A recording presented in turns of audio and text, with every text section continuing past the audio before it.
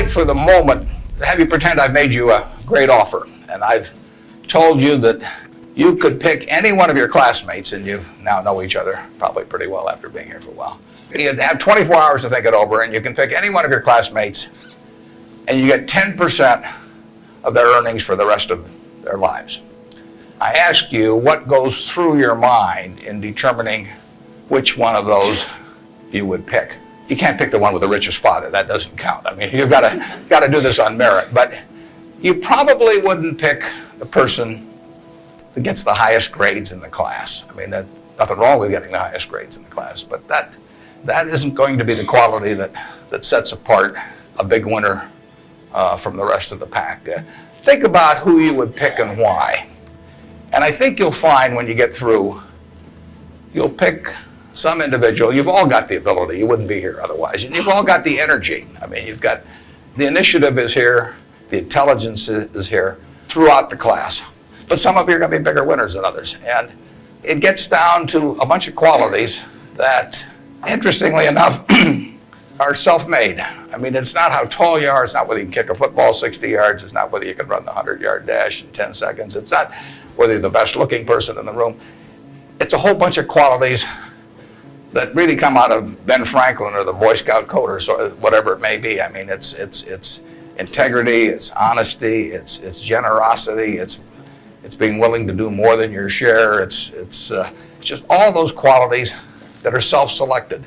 And then if you look on the other side of the ledger, because there's always a catch to these, free gifts and genie jokes. So you also have to, and this is the fun part, you also have to sell short one of your classmates and pay 10% of what they do. So who do you think is going to do the worst in the class? This is way more fun. And think about it again. And again, it isn't the person with the lowest grades or anything of the sort.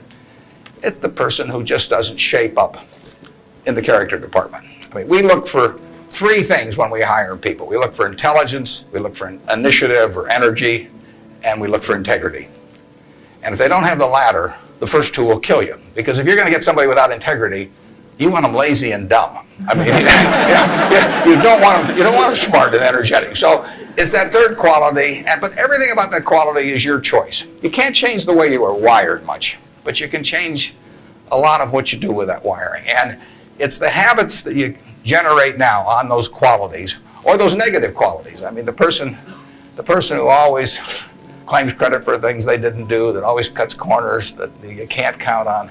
In the end, those are habit patterns.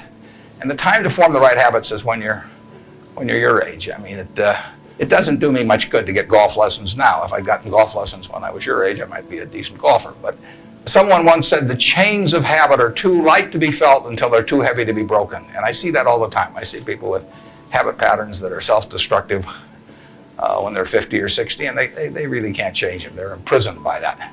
But you're not imprisoned by anything. So when you write down the qualities of that person that you'd like to buy 10% of, look at that list and ask yourself, is there anything on that list I couldn't do? And the answer is there won't be. And when you look at the person you sell short and you look at those qualities that you don't like, if you see any of those in yourself, egotism, whatever it may be, selfishness, you can get rid of that. I mean, that is not ordained. And if you follow that, and Ben Franklin did this, and my old boss Ben Graham did this at early ages in their young teens. Ben Graham looked around and he said, who do I admire? And he wanted to be admired himself, and he said, why do I admire these other people? And he said, if I admire them for these reasons, maybe other people will admire me if I behave in a similar manner. And he decided what kind of a person he wanted to be. And if you follow that, at the end, you'll be the person you want to buy 10% of. I mean, that's the goal in the end. And it's something that's achievable by everybody in this room. I came in from Nebraska today, and you're probably all familiar with us, mainly by our football team. We have those fellows with the big white helmets with those red N's on them. I asked one of our starters the other day, what's the N stand for? And he said, knowledge. We make it tough on them, though. I mean, you don't coast through Nebraska just because you're a football player. They major in agricultural economics. And there's a two-question final for all of the players. And first question is, what did old MacDonald have? And they were giving that to one of our potential Heisman Trophy winners the other day. And He started to sweat. Finally, he brightened up. He said, farm. Professor, delighted, of course. You don't want to flunk a Heisman candidate. So he said, you're halfway home. He said, just one more question. How do you spell farm? Now the guy really starts to sweat. He looks at the ceiling and he looks around. Finally, his face brightens up and he says, E-I-E-I-O. So watch for that guy this year. He'll be dynamite. I really want to talk about what's on your mind, so we're going to do a Q&A in a minute. There are a couple questions I always get asked.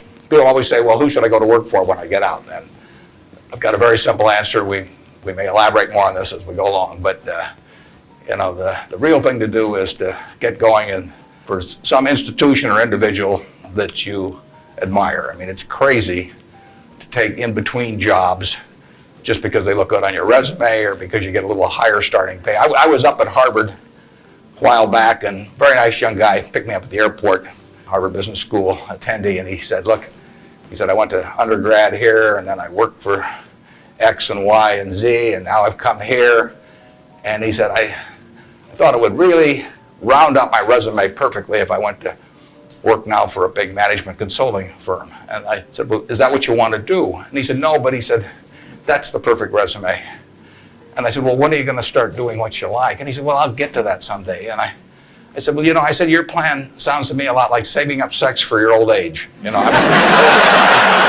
just doesn't make a lot of sense. I told that same group, I said, go to work for whomever you admire the most. And I said, you can't get a bad result. You'll jump out of bed in the morning and you'll be having fun. And Dean called me up a couple of weeks later. He said, what'd you tell those kids? He said, they're all becoming self-employed. So you've got to temper that advice a little bit. That's the end of the sermon. Now let's talk about what's on your mind. And you can ask anything. The only thing I won't tell you is what we're buying or selling or about. I don't even tell myself that. I mean, I write it down and then it's like the Coca-Cola formula. There's only two people can get into the trust department and find out what they are, and I don't know who the two are. So we don't talk about what we're buying or selling, but anything else is fair game. Personal, business, anything you'd like to talk about. And actually, the tougher the questions are, the more interesting it is for me. So don't spare my feelings. I mean, just throw at my head. And I have an old-fashioned belief that I should expect to make money in things that I understand. And when I say understand, I don't mean understand, what the product does or anything like that. I mean understand what the economics of the business are likely to look like 10 years from now or 20 years from now. I know, in general, what the economics of, say, Wrigley chewing gum will look like 10 years from now. The internet isn't going to change the way people chew gum. It isn't going to change which gum they chew. If you own the chewing gum market in a big way, and you've got Double Mint and Spearmint and Juicy Fruit, those brands will be there 10 years from now. So I can't pinpoint exactly what the numbers are going to look like on Wrigley, but I'm not going to be way off if I try to look forward on something like that. Evaluating that company is within what I call my circle of competence. I understand what they do, I understand the economics of it, I understand the competitive aspects of the business. There can be all kinds of companies that have wonderful futures, but I don't know which ones they are. I've given talks in the past where I carry with me a 70-page, tightly printed list, and it shows 2,000 auto companies. Now, if at the start of the 20th century, you had seen what the auto was going to do to this country, the impact it would have on the lives of then your children and grandchildren and so on. It transformed the American landscape. But if those 2,000 companies, 3 basically survive, and they haven't done that well at many times. So how do you pick 3 winners out of 2,000? I mean, it's not so easy to do. It's easy when you look back, but it's not so easy looking forward. So you could have been dead right on the fact that the auto industry, in fact, you probably couldn't have predicted how big an impact it would have. But you wouldn't have, if you'd bought companies across the board, you wouldn't have made any money because the economic characteristics of that business were not easy to define. I've always said the easier thing to do is figure out who loses. And what you really should have done in 1905 or so, when you saw what was going to happen with the auto, is you should have gone short horses. There were 20 million horses in 1900, and there's about 4 million horses now. So it's easy to figure out the losers. The loser is the horse. But the winner was the auto overall, but 2,000 companies just about failed, a few merged out and so on. There were 3 companies, auto companies, in the Dow Industrials in the 1920s and 30s. Studebaker, Nash Kelvinator, and Hudson Motor. Now those names are all familiar to me, and maybe some of them are familiar to you, but they're not making any cars. You know, they didn't make money, and yet at one time, they were in the Dow 30. They were the aristocrats of American business, and they got creamed. So figuring out the economic characteristics of the winners in a wonderful business is not easy. In North Carolina, you know, Orville and Wilbur took off, or I guess Orville took off and Wilbur watched. I'd have been Wilbur. But if you could have seen the future of the airline business from that point forward and how that would transform things, you know, it would have blown you away. And it's excited people, incidentally, ever since. But if there had been a capitalist at Kitty Hawk, he should have shot Orville down, because it's done nothing but cost investors money. There were over 400 airplane companies in the 1920s and 30s alone. There was in Omaha. There was in Nebraska. We were the Silicon Valley, apparently, of aircraft. And they all disappeared. It's been a terrible business. At the end of 1991, if you'd added up the aggregate earnings from all airline companies with billions poured in, since Wilbur and Orville were down there, they came to less than 0. You know, the number of passengers went up every year. You know, the importance of the industry was dramatically increased decade by decade, and nobody made any money. So figuring out the economic consequences. TV, I think there's, 20, 25 million sets a year sold in the United States. I don't think there's one of them made in the United States anymore. I mean, you'd say TV set manufacturer, what a wonderful business. I mean, everybody, you know, nobody had a TV in 1950, or thereabouts, 45 to 50. Everybody has multiple sets now. Nobody in the United States has made any real money making the sets. They're all out of business. You know, the Magnavoxes, the RCAs, all of those companies. Radio was the equivalent of the 20. Over 500 companies making radios in the 1920s. Again, I don't think there's a U.S. radio manufacturer at the present time. But Coca-Cola, you know, what was it, 1884 at Jacobs Pharmacy or whatever, the fellow comes up with something. A lot of copiers over the years. But now you've got a company that is selling roughly 1.1 billion 8-ounce servings of its product, not all Coke, Sprite, and some others, daily throughout the world 117 years later. So understanding the economic characteristics of a business is different than predicting the fact that an industry is going to do wonderfully. And so when I look at the internet businesses, or I look at tech businesses, I say this is a marvelous thing, and I love to play around on the computer, and now I order my books from Amazon and all kinds of things, but I don't know who's going to win. And unless I know who's going to win, I'm not interested in investing. I'll just play around on the computer. Defining your circle of competence is the most important aspect of investing. It's not how important, how large your circle is. You don't have to be an expert on everything. But knowing where the perimeter of that circle of what you know and what you don't know is, and staying inside of it, is all important. Tom Watson Sr., who started IBM, said in his book, he said, I'm no genius, he said, but I'm smart in spots, and I stay around those spots. And, you know, that is the key. So if I understand a few things, and I stick in that arena, I'll do okay. And if I don't understand something, but I get all excited about it because my neighbors are talking about it, stocks are going up and everything, I start fooling around someplace else, eventually I'll get creamed, and I should. So now let's go over here. Hello, Mr. Buffett. I got 2 short questions. One is, how do you find intrinsic value in a company?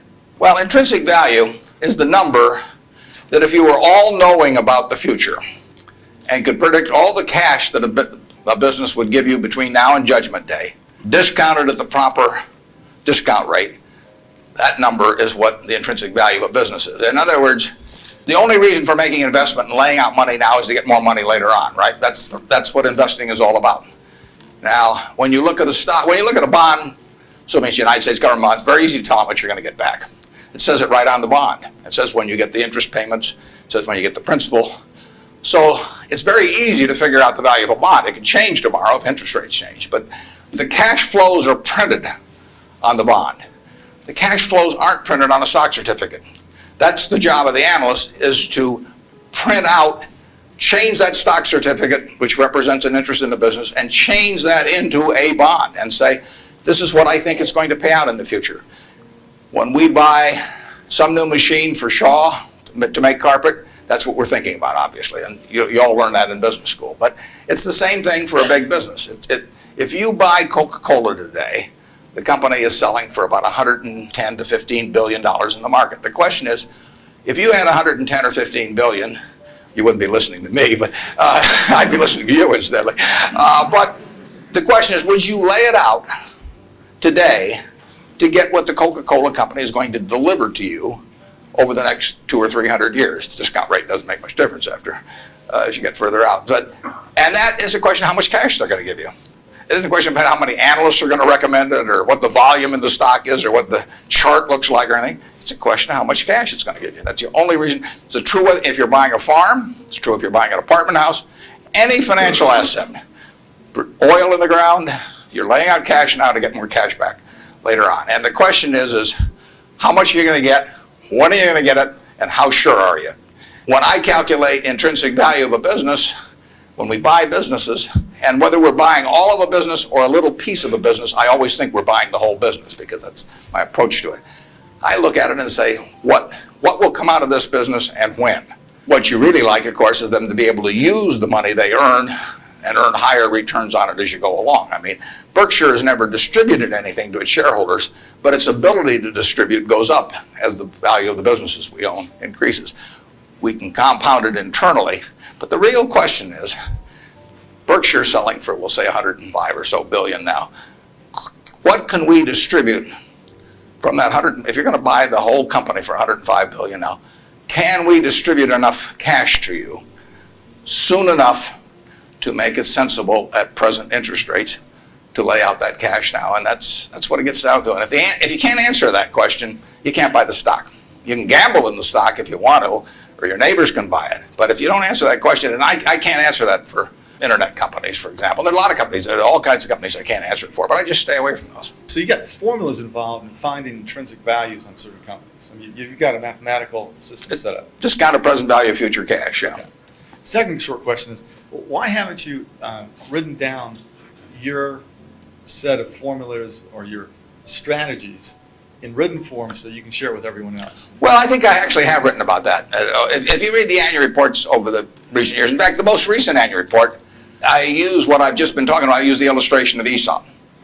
Because here Aesop was in 600 BC. Smart man, wasn't smart enough to know it was 600 BC, though. I mean, would take a little foresight. But Aesop, in between tortoises and hares and all these other things, he found time to write about, birds. And he said, a bird in the hand is worth two in the bush. Now, that isn't quite complete, because the question is, how sure are you that there are two in the bush? And how long do you have to wait to get them out? Now, he probably knew that, but he just didn't have time because he had all these other proverbs to write and had to get on with it. But he was halfway there in 600 BC. That's all there is to investing, is how many birds are in the bush, when are you going to get them out, and how sure are you? Now, if interest rates are 15%, roughly, you've got to get two birds out of the bush in 5 years to equal the bird in the hand. But if interest rates are 3%, and you can get two birds out in 20 years, it still makes sense to give up the bird in the hand, because it all gets back to discounting against an interest rate. Problem is, often you don't know, not only how many birds are in the bush, but in the case of the internet companies, there weren't any birds in the bush. But they still take the bird that you give them if in the hand. But I actually have written about this sort of thing, and stealing heavily from Aesop, who wrote it some 2,600 years ago, but I've been behind on my reading. Yeah. Good morning. I know you're famed for your success, but I was curious if there were any particular moments in your life that are mistakes or failures that you've made that were particularly memorable, what you may have learned from them, and if you had any particular advice for the students here in dealing with discouraging circumstances. Yeah, I've made a lot of mistakes. Biggest mistake, well, not the biggest, necessarily the biggest, but buying Berkshire Hathaway itself was a mistake, because Berkshire was a lousy textile business, and I bought it very cheap. I'd been taught by Ben Graham to buy things on a quantitative basis. Look around for things that are cheap. that I was taught that, we'll say in 1949 or 50, it made a big impression on me. So I went around looking for what I call used cigar butts of stocks. And the cigar butt approach to buying stocks is that you walk down the street and you're looking around for cigar butts and you find this on the street, this terrible looking, soggy, ugly looking cigar, one puff left in it. But you pick it up and you get your one puff. Disgusting, you throw it away, but it's free. I mean, it's cheap. And then you look around for another soggy, one puff cigarette. Well, that's what I did for years. It's a mistake. Although you can make money doing it, but you can't make it with big money. It's so much easier just to buy wonderful businesses. So now I would rather buy a wonderful business at a fair price than a fair business at a wonderful price. But in those days, I was buying cheap stocks. And Berkshire was selling below its working capital per share. You got the plants for nothing. You got the machinery for nothing. You got the inventory and receivables at a discount. It was cheap. So I bought it. And 20 years later, I was still running a lousy business. And that money did not compound. You really want to be in a wonderful business because the time is the friend of the wonderful business. You keep compounding, it keeps doing more business, and you keep making more money. Time is the enemy of the lousy business. I could have sold Berkshire, or perhaps liquidated it, and made a quick little profit, one puff. But staying with those kind of businesses is a big mistake. So you might say I learned something out of that mistake, and I would have been way better off taking what I did with Berkshire is I kept buying better businesses. I started an insurance business, See's Candy, the Buffalo, all kinds of things. I would have been way better doing that with a brand new little entity that I'd set up rather than using Berkshire as the platform. Now I've had a lot of fun out of it. I mean, everything in life seems to turn out for the better, so I don't have any complaints about that, but it was a dumb thing to do. I went into U.S. Air. I bought a preferred stock in 1989. As soon as my check cleared, the company went into the red and never got out. I mean, it was a really dumb. I've got an 800 number I call now whenever I think about buying an airline stock. I call them up any hour that, fortunately, I can call them at 3 in the morning, and I just dial and I say, my name's Warren, I'm an aeroholic, and I'm thinking about buying this thing, and then they talk me down. I mean, it takes hours sometimes, but it's worth it, believe me. If you ever think about that buying an airline stock, call me and I'll give you the 800 number because you don't want to do it. But we got lucky in terms of how we eventually came out on it, but it was a dumb decision, all mine. And I've done biggest in terms of opportunity costs, eventual costs. I bought half interest in a Sinclair filling station when I was about 20 with a guy I was in the National Guard with, and I had about $10,000 then, and I put $2,000 in, and I lost it all. So that was 20%, and that means that the opportunity cost is now $6 billion of that filling station, which is a big price to pay for, getting to wipe a few windows and a few windshields and things like that. So actually, I like it when Berkshire goes down because it reduced the cost of that mistake on an opportunity cost. But the biggest mistakes we've made by far, biggest mistakes I've made by far are mistakes of omission and not commission. I mean, it's the things I knew enough to do, they were within my circle of competence, and I was sucking my thumb. And that is really, those are the ones that hurt. They don't show up anyplace. I probably cost Berkshire at least $5 billion, for example, by sucking my thumb 20 years ago or close to it when Fannie Mae was having some troubles, and we could have bought the whole company for practically nothing. And I don't worry about that if it's Microsoft because I don't know it. Because Microsoft isn't in my circle of competence. And so I don't have any reason to think I'm entitled to make money out of Microsoft or out of cocoa beans or whatever. But I did know enough to understand Fannie Mae, and I blew it. And that never shows up under conventional accounting. But I know the cost of it. I passed it up. And those are the big mistakes. And I've had plenty of them. Unless I tell you about them in the annual report, and I resist the temptation sometimes, unless I tell you about them in the annual report, you're not going to know it because it doesn't show up under conventional accounting. But omission is way bigger than commission. There's big opportunities in life have to be seized. We don't do very many things, but when we get the chance to do something that's right and big, we've got to do it. And even to do it in a small scale is just as big a mistake almost as not doing it at all. I mean, you've really got to grab them when they come. And because you're not going to get 500 great opportunities.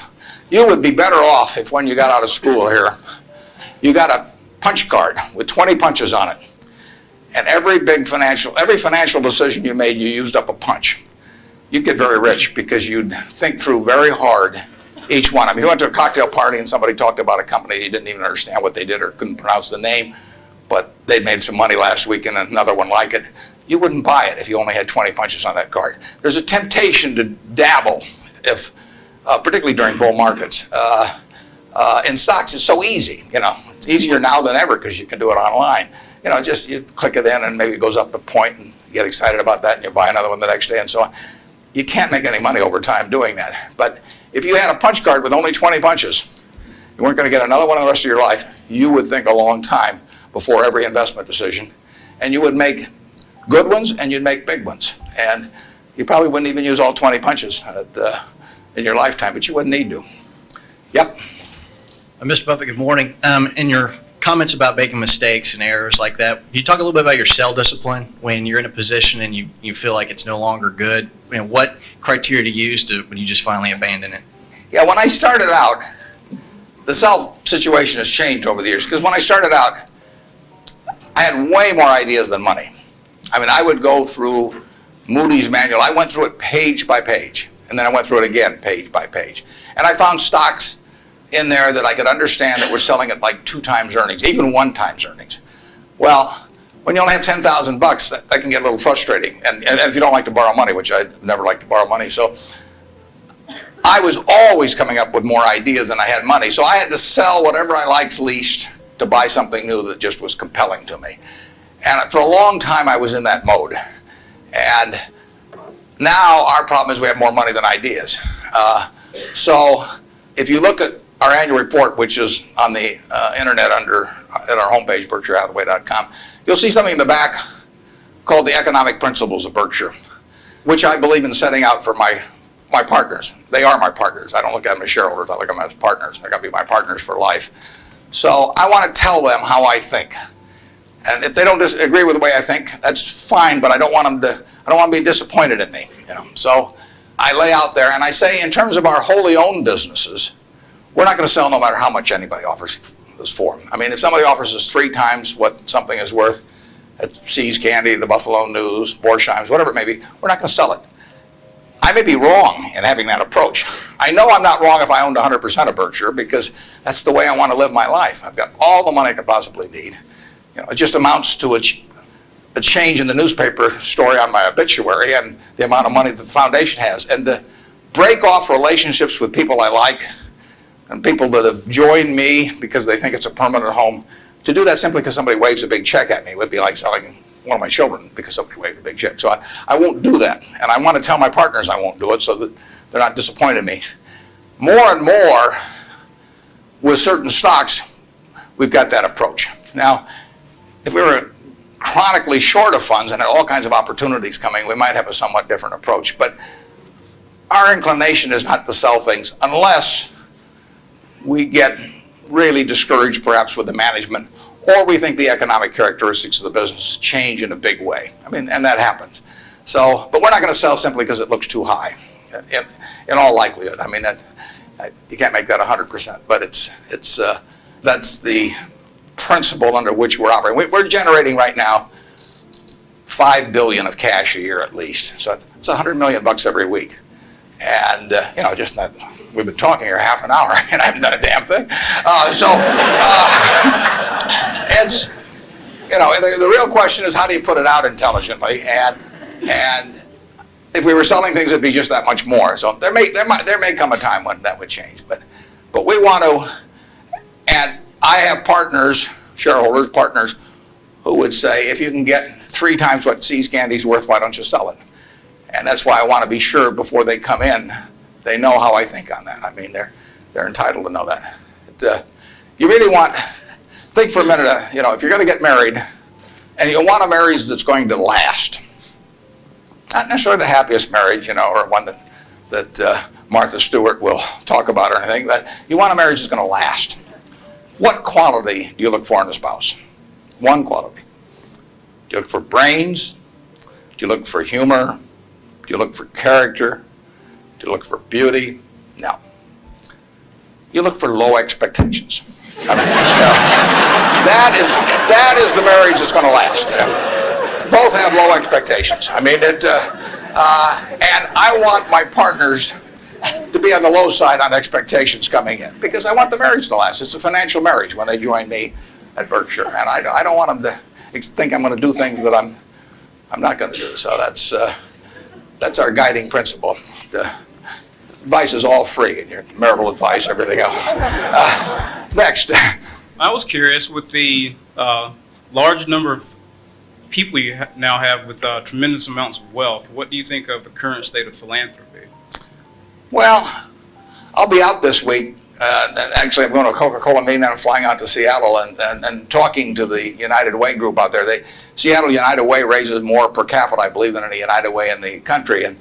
And Bill Gates will be there. We're talking jointly.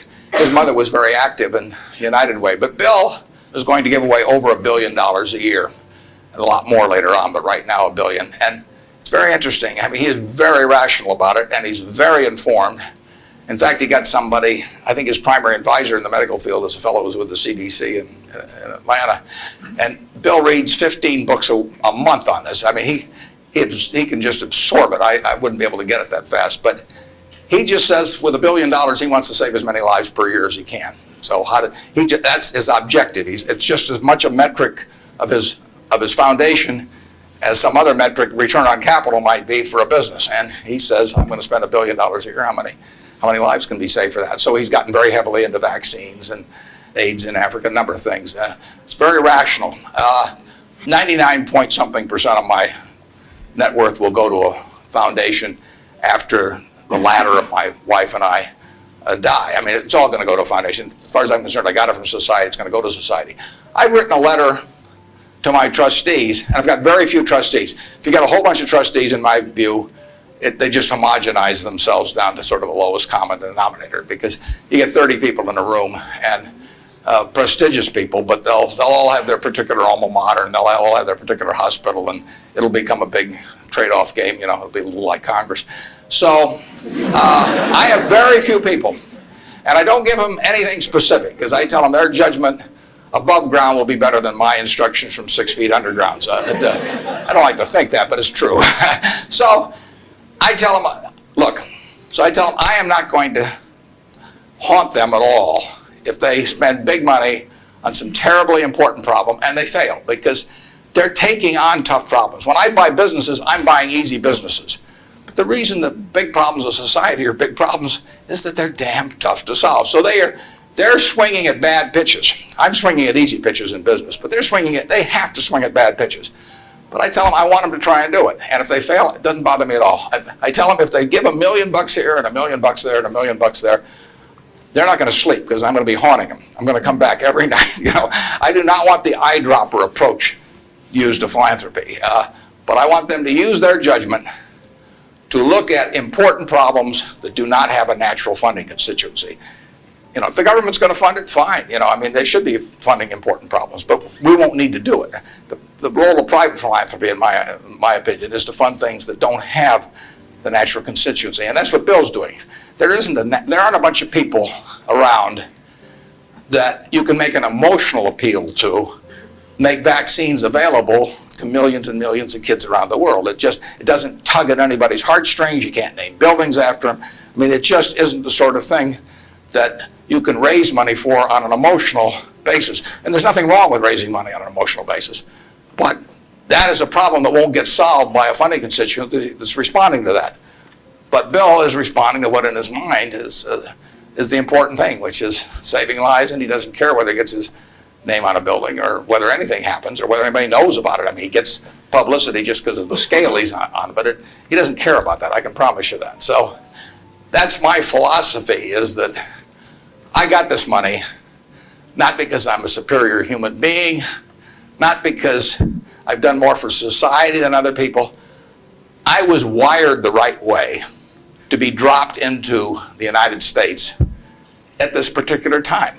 It's a huge capitalistic society, and I'm wired, no credit to me, but I'm just born that way, so that I'm better at asset allocation than other people to some degree. just like other people are better at all kinds of other things. And I was with two teachers out at Sun Valley that are doing more for society than I am, and this market system does nothing for them. Market system does all kinds of things for me. Gates says if I'd been born 5,000 years ago, I'd have been some animal's lunch, because I can't run very fast, and I can't climb trees. I mean, and I could tell that animal is chasing me, wait till you see how I can allocate assets, But it wouldn't have made any difference. So here I am, I'm born now, just very, very lucky. And the odds when I was born in 1930, the odds were 50-1 against me being born in the United States. That's a terrible set of odds to face. And yet I was dropped down here, And if I'd been dropped down in Peru or someplace or China, I wouldn't have had a chance. So society is what does it for you. And it should go back, in my view, it should go back to society. If you've been lucky enough to be dropped into a society where your particular wiring pays off big, that's just luck. And there's nothing wrong with being lucky. I don't feel guilty about it or anything else, but I also don't feel that, I feel I have a lot of fun doing what I do, but I feel the money should go back into society, and it should go back as intelligently as it can. And the best way to do it intelligently is to have high-grade and intelligent people administering it at the time. And you don't know the problems that are going to be out there 10 years from now or 20 years from now or 30 years from now. But I do know if I've got a small number of high-grade, smart people, if you gave me 20 extra points of IQ but cheated a little on the high grade, I wouldn't take it, because there's so many chances to do things in a petty way, or to try to, people get subverted in their own minds to their own interests rather than the interests of the institution. So I really want super high-grade people doing it, and I've got them. And I think the money might do a lot of good, it may do no good, but it'll be operating in fields where if it does some good, that good probably wouldn't have been done otherwise. I was just wondering, there's a lot of differences between the recent boom and bust in the stock market and one in the 1920s, but there's also a lot of similarities. And those similarities are allowing people to draw the conclusion that stock prices will be depressed for some time to come. Where do you disagree and agree with that conclusion? Well, the whole century is quite interesting. If you take the 20th century, it was an unbelievable century for the United States. The GDP per capita, and that's the way to think of it, as per capita. Sometimes they talk about our GDP versus Europe's, but if their population's the same every year and ours goes up 1%, you've got to, in the end, you got to have a divisor as well as a numerator. And so GDP per capita in the 20th century in the United States went up 610%. Actually, qualitatively, it went up far more than that, because you can't really measure certain things in medicine or whatever it may be, and improvements. But just on a quantitative basis, it went up every single decade, including the decade of the 30s. So here you had 100 years when basically the U.S. citizenry was improving their lot decade by decade by decade. The 30s, it was up 13%. Best decade was World War II. The 40s was up 36%. The worst decade was the First World War. So you get sometimes you can get in trouble on analogies. But in any event, it was a huge period. Interestingly enough, there were 6 big periods in there for the stock market in both directions. There were 3 big bull markets. From 1900 to 1921, the Dow went from 66 to 71, less than a 10% move in 20 years, less than 0.5% a year. You got dividends too, but 0.5%. So it didn't move. From 21 to 29, as you point out, it went from 71 to a high of 381 in September of 1929. Went up 500%. Well, obviously, the well-being of the country didn't go up 500% during that period, and the well-being of the country went up a whole lot more than 10% during that first 21 years. So you got this very uneven development. Then from September 1929 until the end of 1948, the Dow went from 381 to about 180. It was cut in half. And that was 18 long years. And yet the per capita GDP was moving right up during this whole period. So the economy was doing fine. From 48 to 65, the Dow went again from about 180 up to close to 1,000. Again, 5 for 1, which was far outstripping it.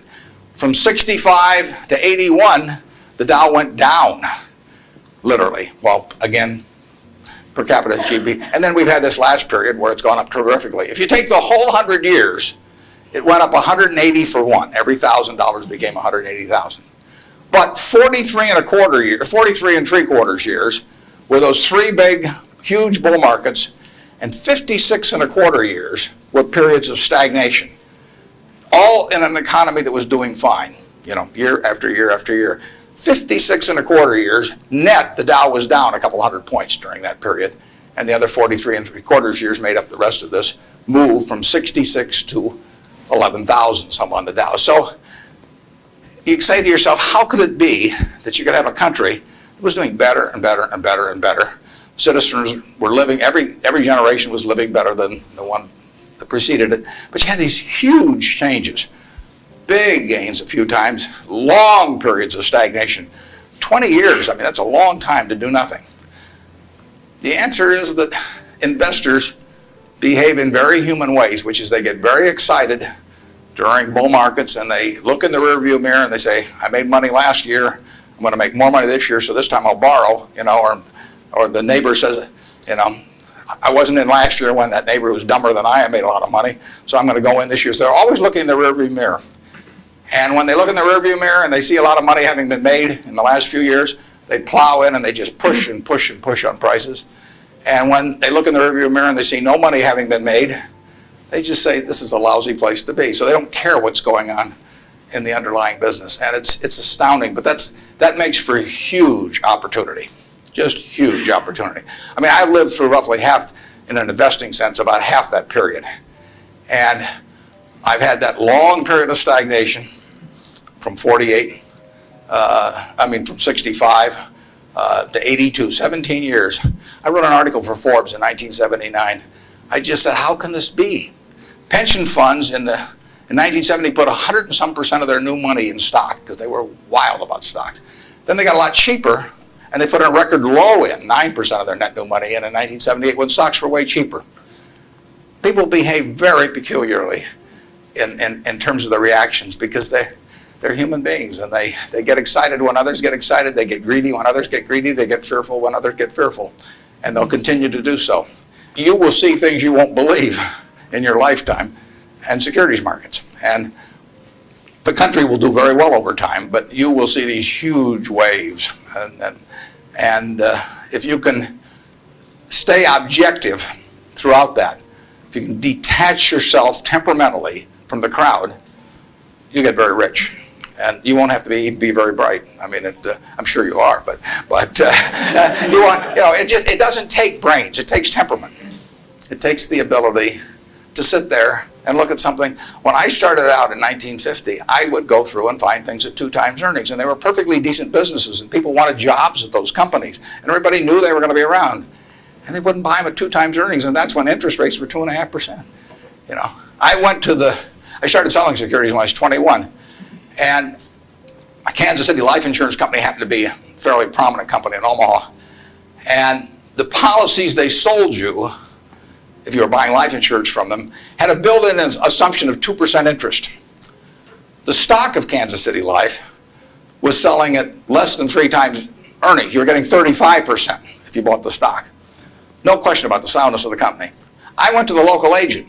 I figured, hell, I ought to be able to sell him a few shares of stock. The guy ought to understand it. He's got his whole life invested in this company. I went to the local agent who'd been with him for 20 years, and his name was Moose. I said, Mr. Moose, I said, you're selling these policies with 2%. You may even have a few members of your own family, and you can buy into this company whose paycheck you depend on every month, and whose future your beneficiaries of these life policies depend on, and who you're selling them, a 2% investment on, and you can get 35% on your money.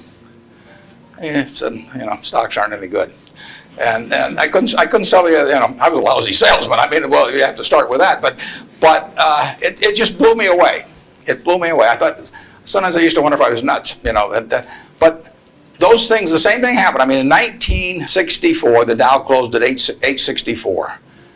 At the end of 1981, 17 years later, it closed at 865. It moved 1 point in 17 years. Now, that's not a big move.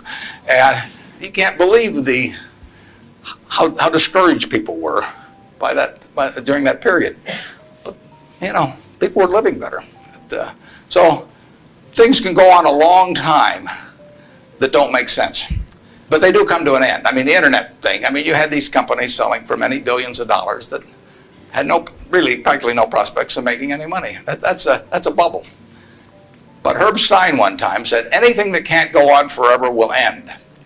Now that seems pretty, but think about that. And particularly think about it next time you're trying to do something just because the stock's gone up a whole lot, and your neighbor's made money or something.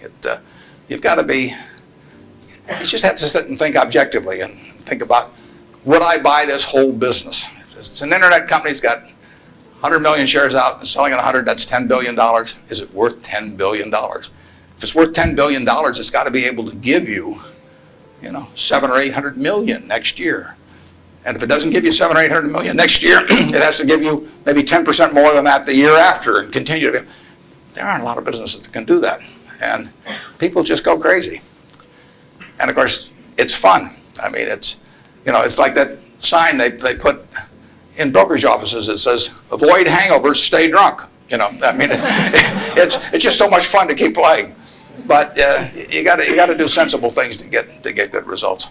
Yeah. Good morning, sir. Hi. Hi. I was wondering what your opinion is of the Federal Reserve and their actions taken recently. Do you feel they've done enough to boost the economy? Yeah, well, I'm a fan of Alan Greenspan's over time. I've known him for a long, long time. We were on a board together at Cap Cities. And Alan is a very, very smart guy. He is motivated, in my opinion, entirely by what is good for the United States, people of the United States. And so you couldn't have a better person in there. And the problem he may have is that because his tenure in office has been associated with this incredible bull market, that even though he wouldn't have claimed credit for it, that people might associate it because of the importance of the Fed generally. They might associate with him, so they may, if things don't work out so well, they may blame him as well. But I think his policy has generally been very good. You have to understand one thing about the Fed is that it's not as powerful as the mystique would make it. Its brake is better than its gas pedal. When the Fed wants to put on the brakes, we go for the windshield. The economy just they can put on the brakes. Paul Volcker did it. He broke inflation by doing it. But when he put on the brakes in that period around 1980, people hated him. He was crucified for it, but it was the right thing to do. And he could do it. He did it all by himself. And it was the only way because of the momentum that inflation was generating. It was the only thing it was what was needed then. Enormously unpopular. It's much harder for a Greenspan to put on the brakes because nobody wants him to put on the brakes, plus he's so visible. But he's put them on sort of gradually. But stepping on the gas pedal, he does not necessarily get the same result. It may help, but there are 1,000 other variables operating. And as you see in Japan, you can get down to zero interest rates and you can't stimulate anything. So it isn't like the Japanese haven't read the same books we read about economics. They've read Keynes and they've read the whole thing. So we're not smarter than they are. We don't have any secrets they don't have, but they don't know how to get their economy going. And, their GDP there has been gone no place, in the last 5 years, and there's still problems around. So easy money doesn't solve everything, but Greenspan could very well get blamed for the fact that he hasn't solved everything, and it's just not in his power to solve it. He can help in various ways, but I don't think you could have anybody better, and I think he's done the right thing to this point, but the right thing may not be quite as effective as people may hope that it would be. In economics, you always want to ask, and then what? You'll read in the paper, well, what happens if the Japanese start selling our government bonds, or what happens if they dump the dollar? They can't dump the dollar. There's no way to dump dollars. You can, or at least dollar assets, because if the Japanese want to sell our government bonds, if they sell them to us, they get a time deposit or a demand deposit at Citi, or they still own a dollar asset. If they sell them to the French, they may get some assets from the French, but now the French have it. The only way you can reduce foreign investment in the United States is to change it around so they're consuming more than we're consuming from them. When we buy a television set from Japan, If we buy more television sets from them than they buy equivalent consumables from us, the exchange, what balances things is we give them some investment type asset, whether it's cash or a U.S. government bond or our stocks or our movie studios or our real estate or different things. And the only way that reverses is when we start running a trade surplus, which we're miles away from. So logically, if you read classic economics, you would believe that our currency would have been weaker over the recent years, and that it would be weak now. But there are other things operating, and that's one of the problems about economics, is there's never just one variable. There's usually hundreds of variables, and they operate with different impact at different times. I mean, it's not like a physics formula. I mean, I guess it would be if you got into the Heisenberg principle or something like that. But the formula has a lot of the same variables year after year, but the relative importance of those variables and how they interact with each other is never exactly the same. And that's what we find out, the Japanese find out, everybody finds out.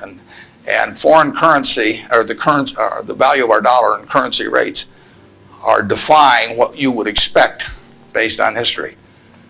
But as somebody said, if history were a perfect guide, the Forbes 400 would all be librarians. They just go and look it up in the books and they'd always know all the answers. But history doesn't repeat itself, as Mark Twain said. History doesn't repeat itself, but it rhymes. I mean, things come back, but they don't quite come back in the same form. And we'll understand all this perfectly in a few more years, why the dollar's behaved the way it has. But I think it would be useful net for the U.S. if the dollar were less strong. My question pertains to small business, and my family's been in the truckload sector of transportation for about 50 years. And as you talked about the airline industry and all the mergers and acquisitions and things going on, and a lot of the smaller players being tossed out of the market, what do you see for people that, like in this room, for students that want to start a small business, and maybe they want to start in a business that is somewhat of a commodity type business, but as businesses, the large corporations get larger and their efficiencies increase, how can a small business compete with these people? Yeah, in many areas, small businesses have an advantage. In other businesses, scale has a huge advantage. And I mean, you don't want to be a tiny carbon steel producer. On the other hand, when mini mills came along and learned how to use scrap more effectively than the older methods of making steel, they actually had an advantage. So scale is a huge advantage in some businesses. It's, the largest airlines haven't won. Southwest Airlines has won, starting with, just a few planes flying down there between Houston and Dallas. And they have become bigger, but their ambition hasn't been to be the biggest. And, they probably buy their fuel as just as cheap as United, and they probably bought it, when they're a lot smaller. Walmart is a classic example. I mean, who would have thought 25 years ago, 30 years ago, I mean, here was Sears with a 100-story plus building in Chicago, had access to money far cheaper than Sam Walton. I mean, Sam Walton's credit was not as good as Sears. Every supplier wanted to do business with Sears. Nobody had ever heard of Sam. Every real estate developer who was developing a new shopping center went first to Sears, and Sam got the short end. So here's a guy starting in Bentonville, Arkansas, and he kills them over time. Just plain kills them. And disadvantage in buying, disadvantage in borrowing, disadvantage in real estate. Advantage, Sam Walton, and his ability to inspire, in the end, hundreds of thousands of people to be enthusiastic about going to work and doing the right things over time. So I would be just as optimistic about small business generally. Now, there's certain areas where scale is just plain important. But I see no disadvantage. We intentionally at Berkshire, we have 112,000 employees, more in Georgia than in any other state in the union, incidentally. We employ a lot up near Dalton, and we employ a lot of people in Macon at Geico. And we intentionally, with our 112,000 employees, we probably have, I don't know how many business units, but lots. And we only have 13.8 people at headquarters. I'm not the 0.8, incidentally. I resent it when people think that. I'm a full, but we have one woman that works 4 days a week. And that's all we have at headquarters, 112,000 people, 105 billion a market cap. But we intentionally keep our units small. We think, we want them to have the nimbleness, the responsiveness to the customer particularly, that will turn them, that essentially will more than offset anything that the scale of having maybe a little more purchasing power or something will develop. We own a home furnishings business in Utah, run by a fellow named Bill Child. He was featured in Fortune about one issue ago. The cover story was God in Business. Bill was the #1 illustration. Bill took that business from his father-in-law when it was doing $250,000 a year, and he now has over half the business in Utah in his field, about close to $400 million. He built it by thinking about the customer. And the truth was, he was competing with Sears, he was competing with Levitt's, was a huge furniture retailer in the past. He was competing with everybody. But all he thought about from the moment he got up in the morning was, how do I take care of my customer? And that wins. We have a business in Omaha, some of you may have heard of. It's the largest home furnishing store in the world. In Omaha, which only has a SMSA of 650,000 people. It's on 72 acres. It does $325 million in one location, which happens to be $500 for every man, woman, and child in the SMSA, but it draws from beyond that. That business comes about, or has resulted from an investment of $500 in 1937 by a woman who walked out of Russia in 1921. She walked out, got on a peanut boat, landed in Seattle with a tag around her neck. She couldn't speak one word of English. The American Red Cross looked at the tag, it said Fort Dodge, Iowa. They got her to Fort Dodge, Iowa. She couldn't pick up the language. She was there 2 years. She said she felt like a dummy. So she came to Omaha because there were other Russian Jews there and she'd at least have somebody to talk to. Her little girl started school, Frances. Frances would come home at night and teach her mother the words she learned in school that day. That's how this woman, Rose Blumpkin, learned the English language, but from her daughter from kindergarten on, teaching her the words. She brought 7 siblings over from Russia, one at a time, $50 every time she saved $50. She sold used clothing and other works. She got her 7 siblings over, her mother and father, and by 1937, 16 years after she got here, she saved $500. She got on a train, went to Chicago, to the American Furniture Mart, which was this huge, impressive thing. She was smart as hell, but she thought like a peasant in a way, and she saw this building and she decided to name her company the Nebraska Furniture Mart. She went in and bought $500 worth of, she bought about $2,000 worth of merchandise. All the way back to Omaha, she worried because she thought, I owe $1,500, and she only had a $500 equity. So she got to Omaha. She took the bed, the sofa, the refrigerator out of her own home to sell fast so she could get the money so she could pay on time. She took that business and built it from that start. No one would sell to her. She went into court 4 times because the carpet manufacturers tried to keep her from selling at a discount, and she went into court and told the judge, because she figured out ways to buy this stuff in various nefarious ways from other people buy it for her, and she said, look, I pay $3 a yard for this carpet. Brandeis sells it for $6.98. She says, I sell it for $3.98. Just tell me, Judge, how much you want me to rob people. She defended herself. Papers wrote it up. The judge bought carpet from her the next day. I mean, it was marvelous. Brandeis isn't selling anymore. They were the huge department store in Omaha. She put everybody out of business. And the punchline, she worked till she was 103. She sold me the business when she was 89. And she didn't have an audit. I went out to see her one afternoon. I took a check out with me because I knew she wanted to do something. And I said, Mrs. B, here's the money. I said, I don't need an audit. Just tell me whether you owe any money. She said, I've never owed any money since I owed those guys back in 1937. And she said, it's all free and clear. She'd never seen a balance sheet. She didn't know what accounting terms meant, but she understood the nature of the business. And I told her, I said, I'd rather have your word, than an audit from every one of the big 6 or big 8 or whatever there were, the number at the time of the top auditing firms. And she worked till she was 103. She died at 104. She had 3 siblings at her funeral. I mean, those are some genes. Her son works there now. He's 82 or 3, and the 3 sisters are all alive. But the punchline is, she couldn't read or write. This woman could not read or write. If you told her this room was 68 feet by 43, she would tell you how many square yards it was like that. she never went to school a day in her life. She would tell you how much that was at $5.98 a yard. She'd add the tax. She'd knock off something because she liked your looks, and that would be it. And that's that is that you can't beat that, and you can't replicate that at General Motors. You can't institutionalize that. The person who brings that kind of drive to a business and does it day after day and thinks about their customer, and that's all she did.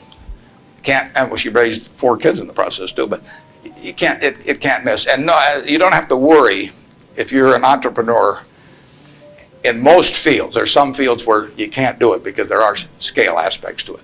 But in most fields, you'll kill people. Bob Shaw did that with Shaw.